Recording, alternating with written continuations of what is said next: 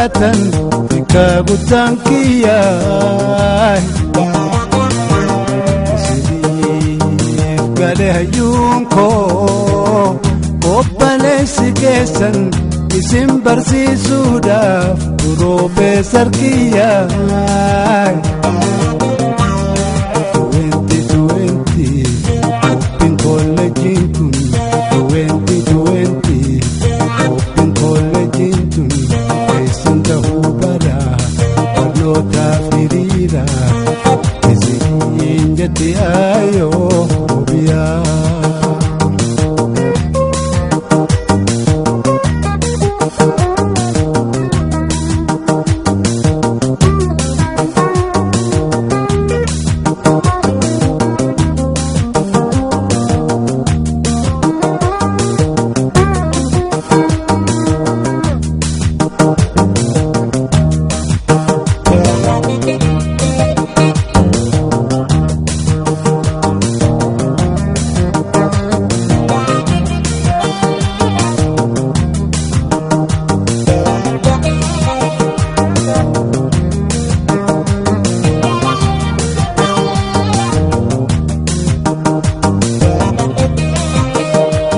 Tadabuu keessanii namidhe almaankiya ilmaan koo baradhaa akkaan tahu biyyaay hayyichi Oromoo uummattiin kiyya bilisa barsiisa sammuuf kana fayyaa kafa goodi heeyse furmaata addunyaa dhagaa fayyadamaa jette hayoon tiyyaa.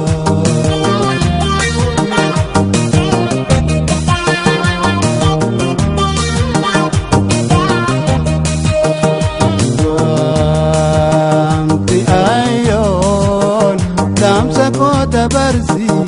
akkana baratan ikagutan kiyay Sini galehayun ko Obbalesi kesan isin barsiisuudhaaf Profeesar kiyay 2020 Open College kun 2020 College kun kesan tahuu bara barnoota firiira isin jette ayoo biyaa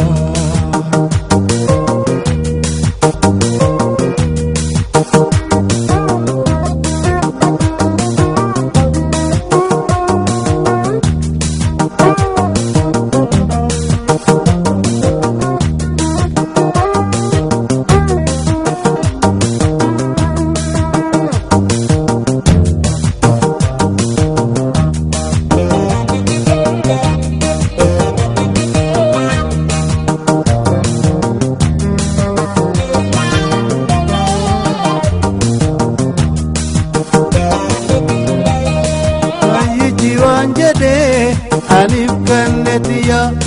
sabako barsiisuudha ani kaayoon tiyya kolleejjii baay'isee waliin geebiya rabbiin na gargaare guute dhaamsa ayya Oromiyaa gaafa ragarmeentiyya isin biratti haftee qophaawe ani tiyya.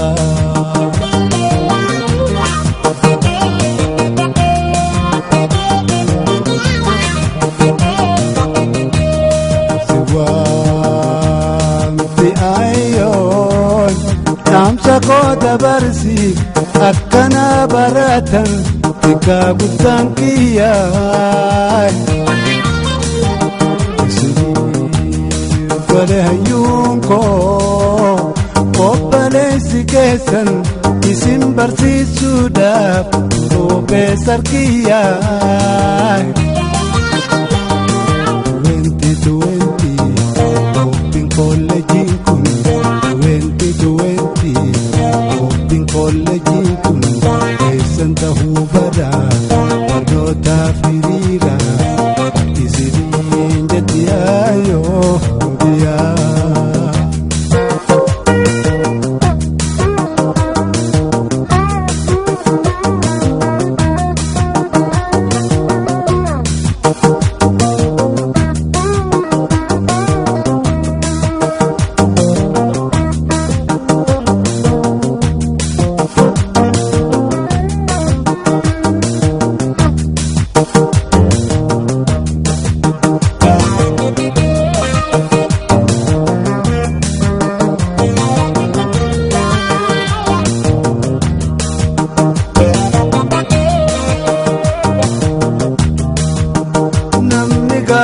qabdan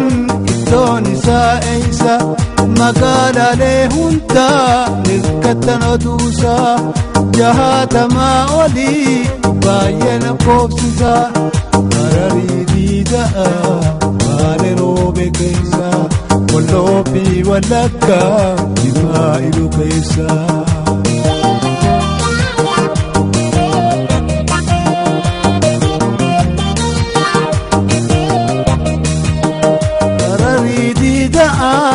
baale roobe keessa Walloo fi Wallaggaa Jimmaa Iluu keessa Shawaa fi Booranaa Matakkal horsiisa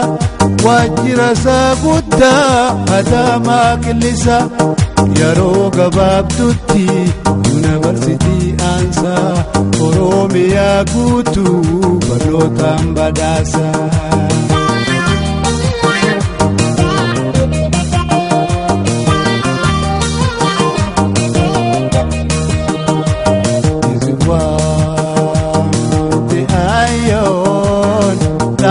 Koda barsi akkana baratan ika guddaa hundaa Siniif gare hayyuun koo obboleessi keessan isin barsiisuudhaaf Piroofeesar Kiyyaa